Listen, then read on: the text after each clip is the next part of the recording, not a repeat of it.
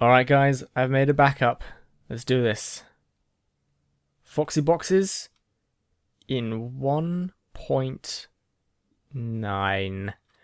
Hi guys, welcome back to another episode of Map Making with Sparks. I haven't made an episode in a while. This is partly because I've been pretty damn busy with things, and also partly because I've been panicking about the what on earth are they doing up there?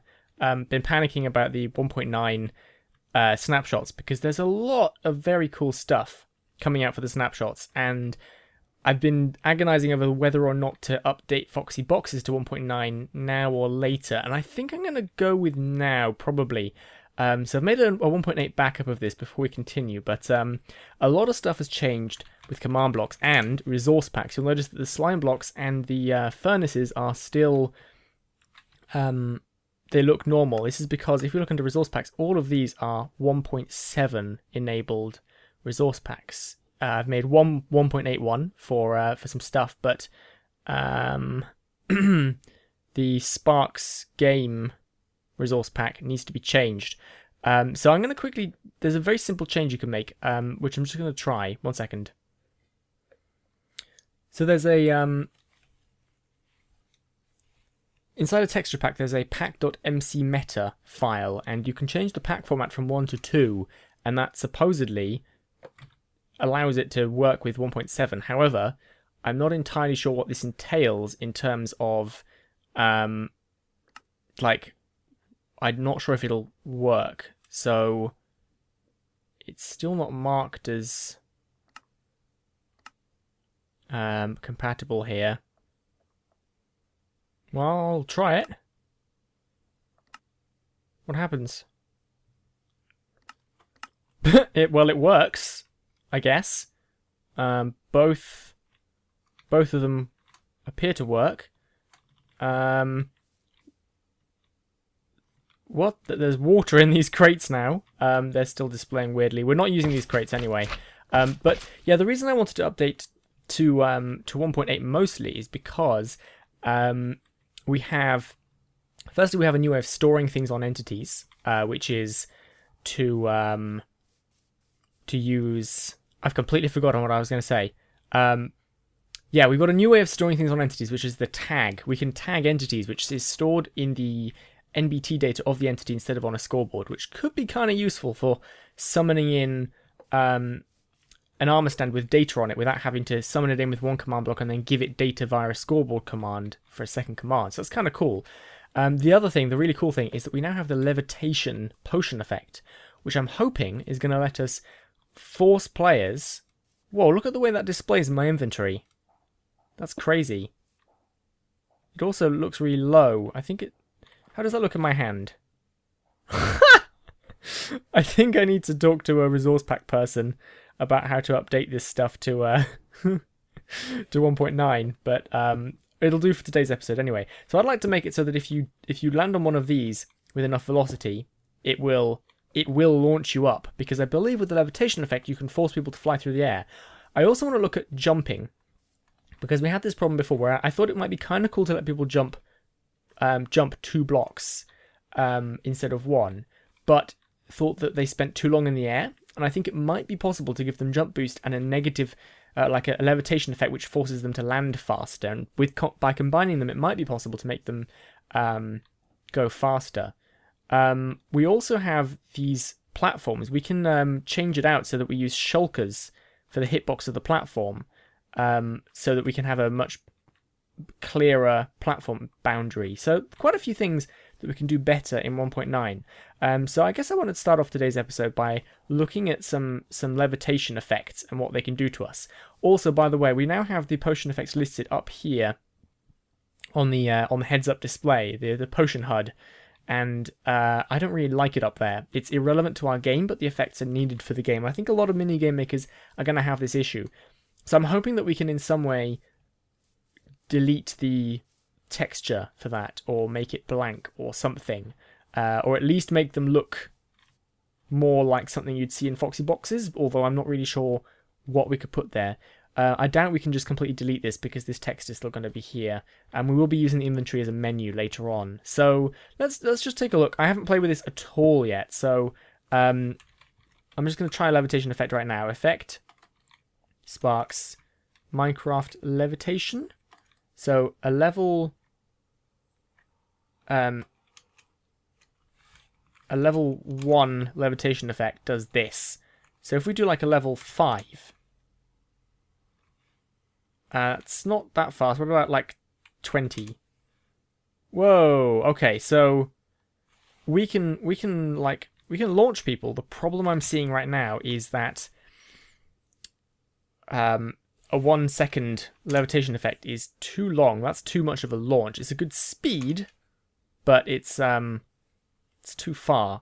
So I feel like we'd need to have some sort of...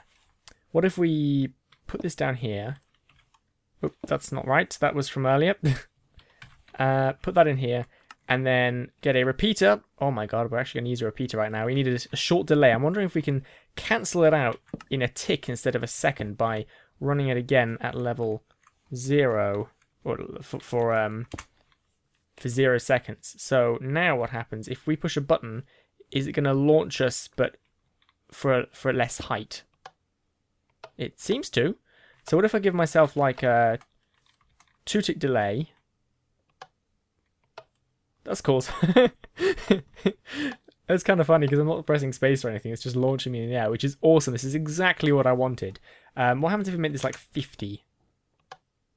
Oh, wow. So we can get a real speed to this jump, and we just adjust the combination of tick delay and this to choose the amount of bounce that we want. So all we need to do is trigger these 2 command blocks with the repeater delay, which I think will be okay because there's only 1 player in this map, so we won't have the repeater like being on when another person tries to do something and not triggering for them and launching them like really high into the air or something.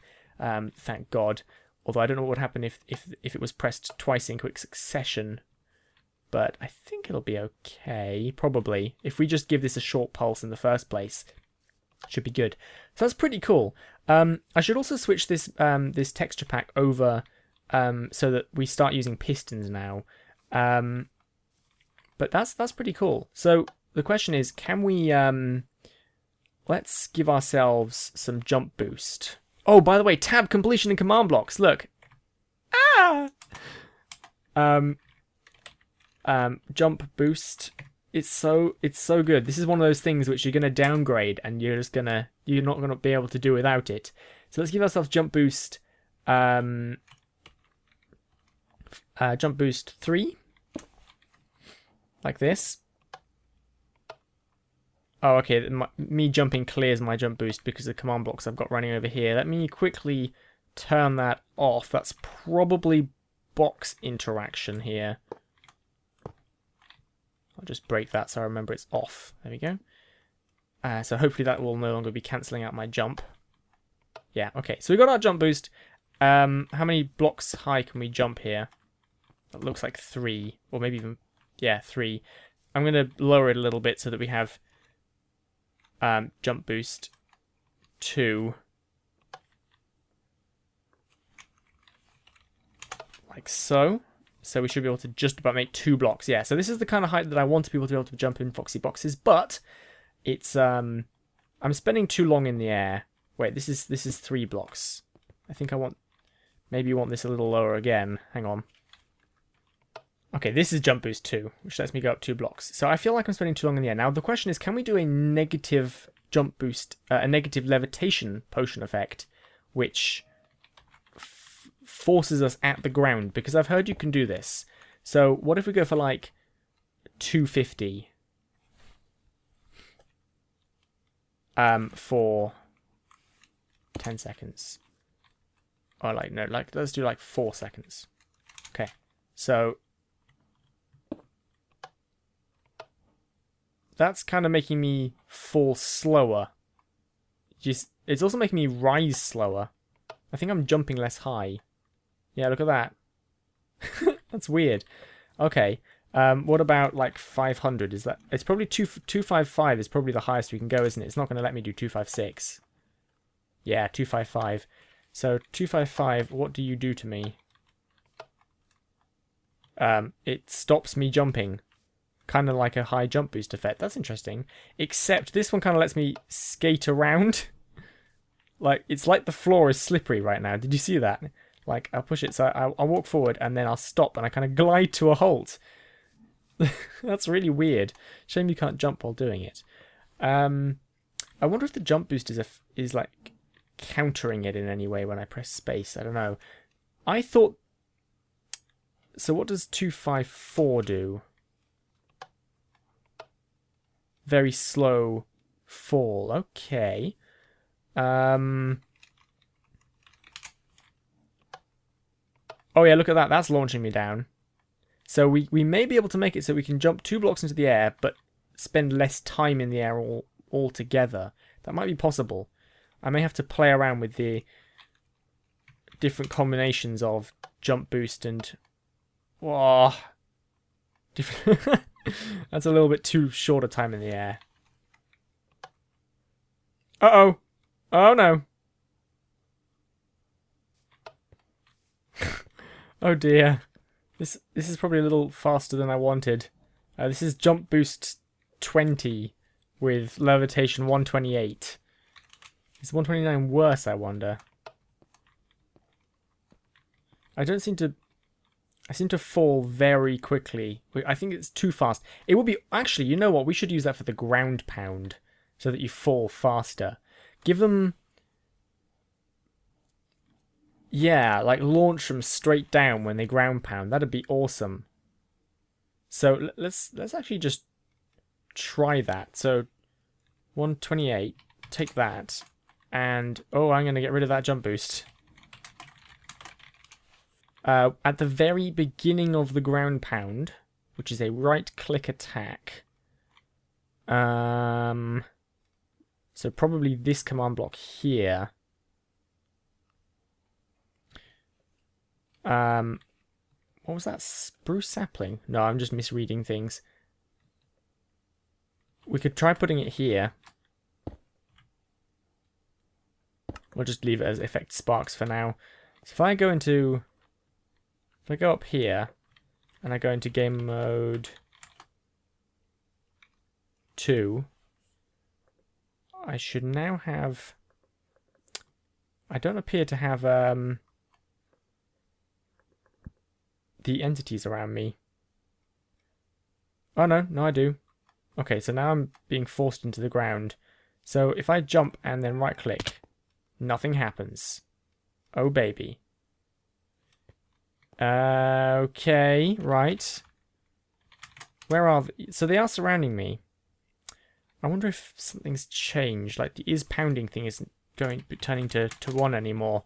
Yeah, this is the thing with updating to 1.9. Some things have changed. You'll also notice that command blocks now have direction. We'll probably go into this a little bit later.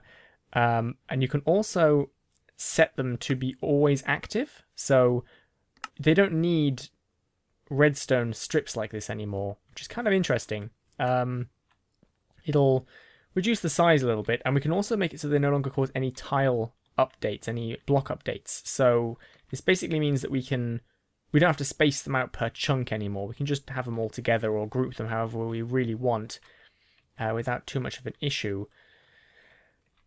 I'm gonna try...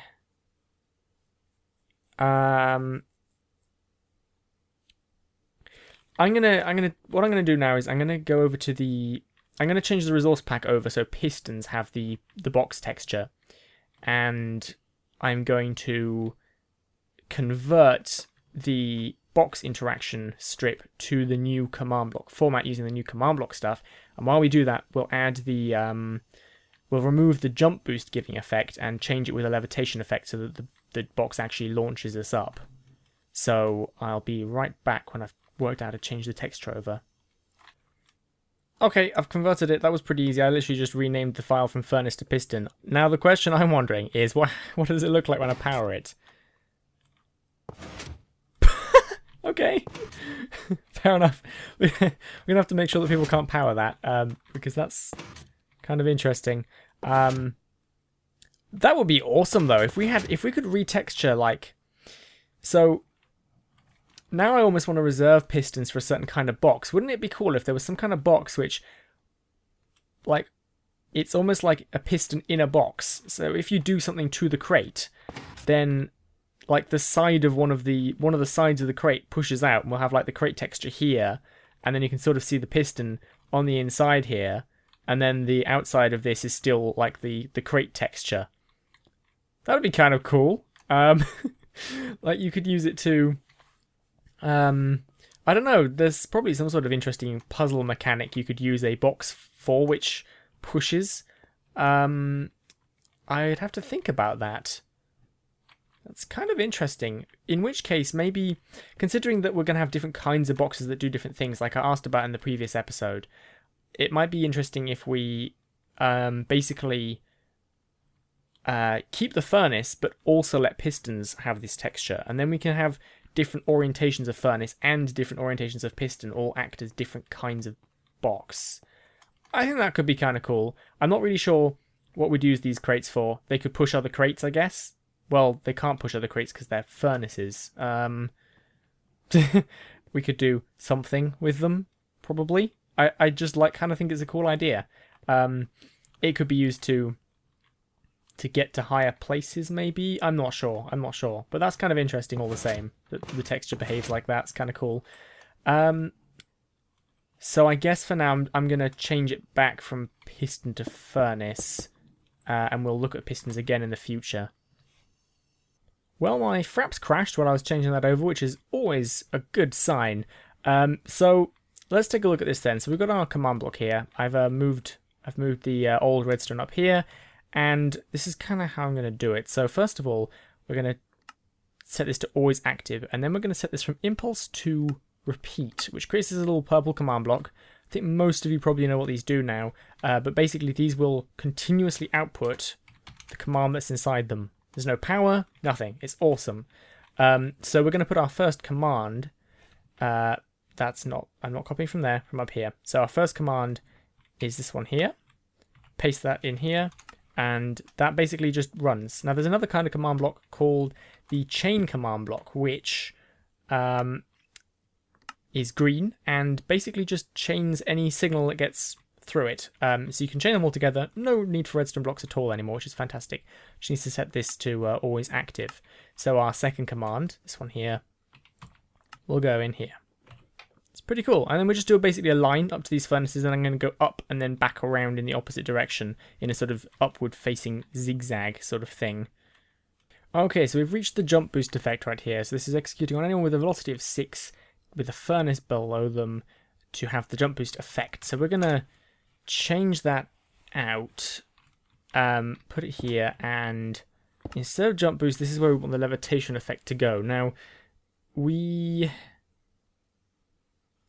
I would just put a repeat, like a comparator, like what we could do is just do a comparator coming off this. So if it detects the players, it's true, and it turns it off. But I think a comparator / repeater is not going to turn on because this is a 20 tick pulse.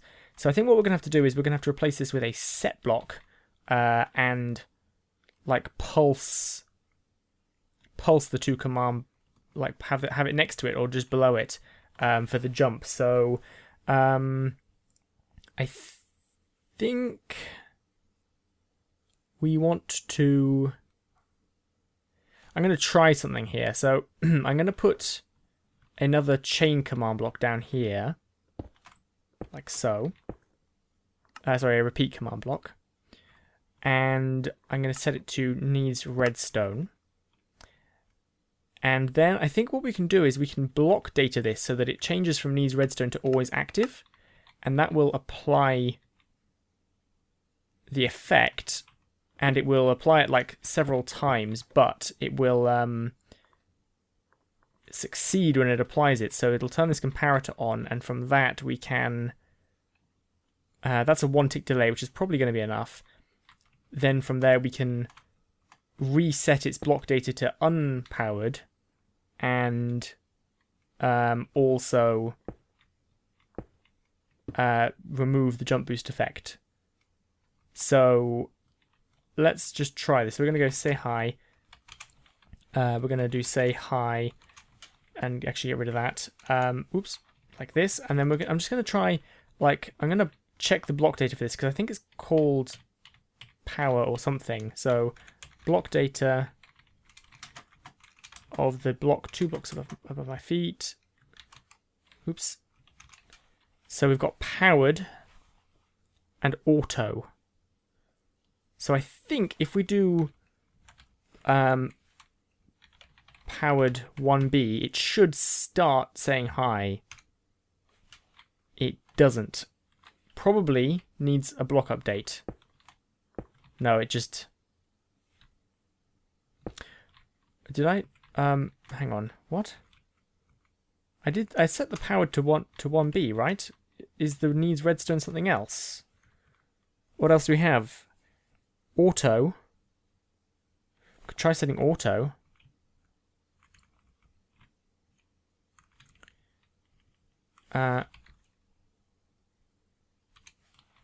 No? Well, now it's set it to always active, but it hasn't done anything. I think it still needs that block update. No? Okay, I'm not really sure. Well, I ended up just going old school. So if I put this down, it basically just does this, which I think if I was standing on something would just launch me briefly. Yeah, see?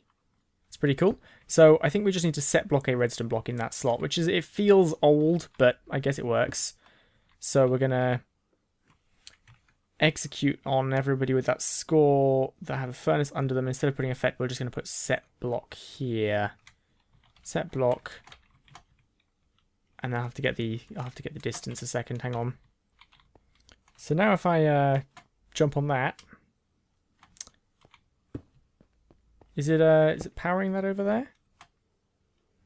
It's not powering it. My velocity is 6. Okay, what's going on?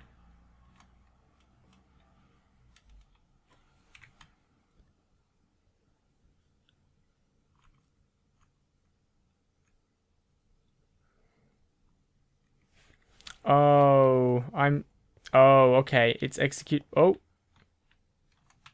It was executing the set block off me. So I guess I need to use an armor stand for this. Okay, put one in here then. Okay, so we're just gonna right here. We're gonna go execute at E. Name equals chest bounce to set block a redstone block level with himself. There we go. So now if I jump on a crate, maybe things will happen.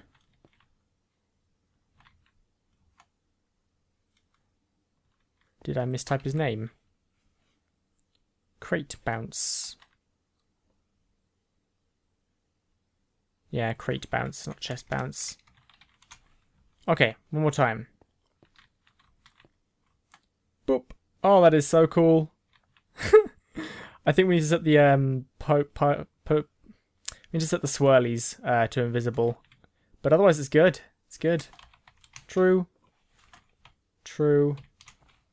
And then obviously we haven't finished converting the clock yet, which is why the crate isn't breaking, but it's kind of cool. I'm not pressing space or anything. That's fun. I like that. It's got a nice feeling to it as well. Like, it launches you in a way where you can still kind of control the way you're moving, which is, it's nice. I like it.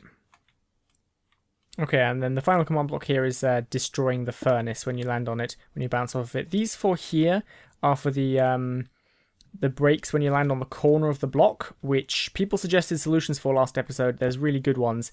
Basically involves summoning an armor stand to solve the problem we had last time. So we summon the armor stand relative to the player and then set block off of them so that we don't end up with the problems we had before. So I've just, yeah, so this doesn't happen basically. So that's pretty cool. Can I jump on top of the levitation? So this is without jump, is that high? With holding space, you can get more height. That's awesome. So you can kind of control between two heights when you jump. That's pretty awesome. I like this so much more than just giving a jump boost effect, because you can't just stop on the crate anymore. Whoop, should be cool. Hang on, I want to try something a second.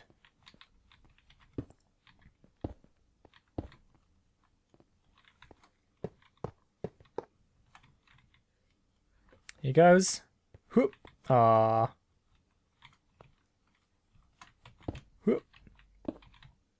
Yeah. See, jumping puzzles like that are going to be fun. Sort of breakable parkour. Why not? Awesome. So that's pretty cool. I'm happy about upgrading to 1.9 just for the levitation effect so far. So this clock's been converted down quite a bit in size. This is the original clock strip here, which is now just this little line here. It's awesome how much tinier we can make things. And if this was to reach the end, we would just go up and then go back across like this. So that's pretty cool. If anybody feels like using the crate textures to make piston extensions look like they are a piston inside a crate, go ahead. The updated resource pack, I'll update the resource pack for this episode. You can get that from the GitHub repository linked in the video description. I will I'm not sure what I'm going to do next episode yet, but I think I may try and convert some more of these off camera into 1.8. I don't know if you guys want to see more of that.